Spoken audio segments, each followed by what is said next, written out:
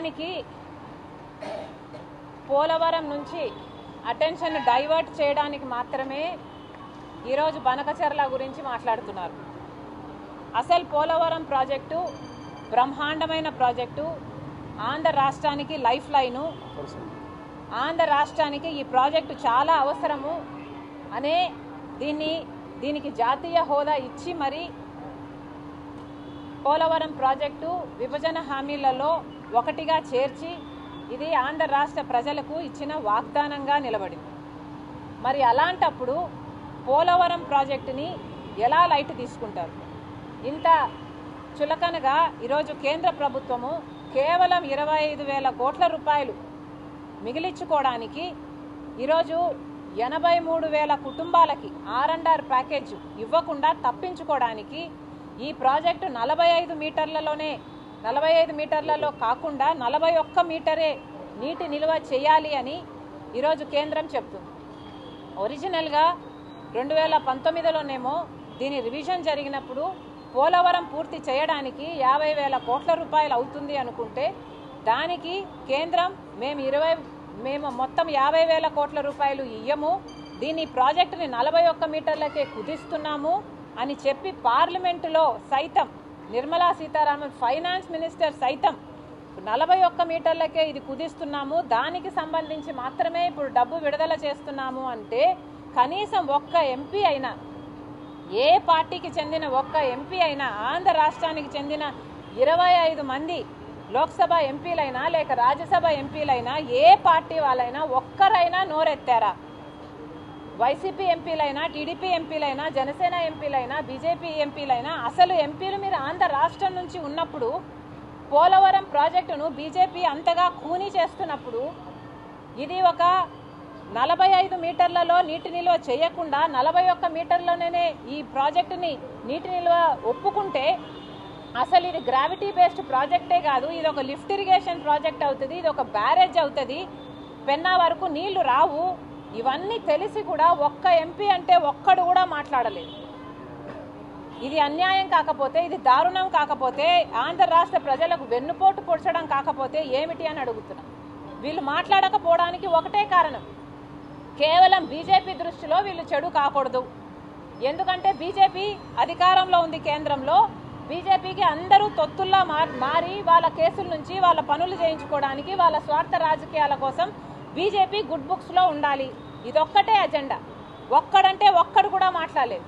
YCP అయినా, TDP అయినా, జనసేన అయినా ఒక్కరు కూడా నోరు ఎత్తలేదు అంటే దానికి కారణం అందరూ ఈ బీజేపీతో ఏదో ఒక రకంగా పొత్తులు పెట్టుకున్న వారే కాదా? వైసీపీ అయితే అక్రమ పొత్తు పెట్టుకుంది, టీడీపీ జనసేన అయితే ఏకంగా కూటమే కట్టేశారు. మరి ఎందుకు అని అడుగుతున్నాం. బీజేపీ మనకు ఏం చేసిందని చంద్రబాబు గారు ఇలా పొత్తు పెట్టుకున్నారు, కూటమి కట్టారో సమాధానం చెప్పాలి. మనకు ఏదైనా ఒక్క మేలంటే ఒక్క మేలైనా చేస్తున్నారా? నిన్న రాజధాని వైపు చూస్తే రాజధానికి అసలు పిచ్చి మొక్కలన్నీ మొలిచాయి. 10 సంవత్సరాలుగా రాజధాని అసలు ఏమీ నిర్మాణమే లేదు, అమానుషంగా ఉంది. ఇప్పటికీ కూడా అప్పులు ఇస్తున్నారు రాజధానికి. ఇది ఎక్కడ పద్ధతి అని అడుగుతున్నాం. కేవలం పోలవరం నుంచి దృష్టి మళ్లించడానికి మాత్రమే ఈ బనకచెర్లను తీసుకొస్తున్నారు అని కాంగ్రెస్ పార్టీ పూర్తిగా నమ్ముతుంది. బనకచెర్ల ప్రాజెక్టుకి 54,000 ఎకరాలు కావాల్సి ఉంటే 15,000 ఎకరాలు ఇది ఫారెస్ట్ ఏరియాలో ఉంది. మరి ఫారెస్ట్ ఏరియాలో ఉన్న ప్రాజెక్టుకి పర్మిషన్లు రాకుండా మీరు ఎలా ప్రాజెక్టు మొదలు పెట్టాలనుకుంటున్నారు? అసలు బనకచెర్ల ప్రాజెక్టు 80,000 కోట్లు కాస్ట్ అయ్యే ప్రాజెక్ట్ అని అంటున్నారు. మరి అంత డబ్బు ఎక్కడి నుంచి తెస్తాడు చంద్రబాబు గారు? ముందు పర్మిషన్లు అని తిరుగుతున్నారే, ఈ పర్మిషన్లతో పాటు 80,000 కోట్ల రూపాయలు ఎక్కడి నుంచి తెస్తారో, లేక కేంద్రమే 80,000 కోట్లు ఇస్తుందో, ఇది పార్లమెంటులో వాళ్ళు అష్యూరెన్స్ ఇచ్చిన తర్వాతనే చంద్రబాబు గారు బనకచెర్ల గురించి మాట్లాడాలని కాంగ్రెస్ పార్టీ డిమాండ్ చేస్తుంది. మొత్తానికి బనకచెర్ల ప్రాజెక్టు కంటే కూడా పోలవరం ప్రాజెక్టుకు వీళ్ళు కట్ చేయాలనుకుంటున్న 25,000 కోట్ల రూపాయలు ఇచ్చి జలయజ్ఞంలోని హంద్రీనివా ఇలాంటి ప్రాజెక్టులు మిగిలిన ప్రాజెక్టులన్నీ పూర్తి చేస్తే సగంలోనే అయిపోతుంది. 80,000 కోట్లు అవసరం లేదు. జలయజ్ఞంలో బ్యాలెన్స్ ప్రాజెక్టులు పోలవరం ప్రాజెక్టు పూర్తి చేసుకుంటే బనకచెర్ల ఇచ్చే నీళ్ల కంటే ఇంకా ఎక్కువ నీళ్లు, ఇంకా ఎక్కువ సస్యశ్యామలం అవుతుంది మన రాష్ట్రం. అవన్నీ పక్కన పెడతారట, ఇప్పుడు బనకచెర్లను ఎత్తికేసుకుంటారట. అసలు దీనికి డబ్బులు ఎక్కడున్నాయి? దేనికైనా డబ్బులు ఎక్కడున్నాయి? పోలవరం ప్రాజెక్ట్ అన్నది జాతీయ ప్రాజెక్ట్, రాజధాని అన్నది మనకు కట్టివ్వాలి, డబ్బులు ఇవ్వాలి, ఫ్రీగా ఇవ్వాలి అన్నది మన ఒప్పందం, మన హామీ. అలాంటప్పుడు అవన్నీ మర్చిపోయి ఇప్పుడు కొత్తగా బనకచెర్ల అని అంటున్నారే. అసలు మనకు హక్కులు అయిన పోలవరము రాజధానికే మనం డబ్బులు తెచ్చుకోలేకపోతే బనకచెర్లకి ఎలా డబ్బులు తెచ్చుకుంటాం? చంద్రబాబు గారు సమాధానం చెప్పాలి.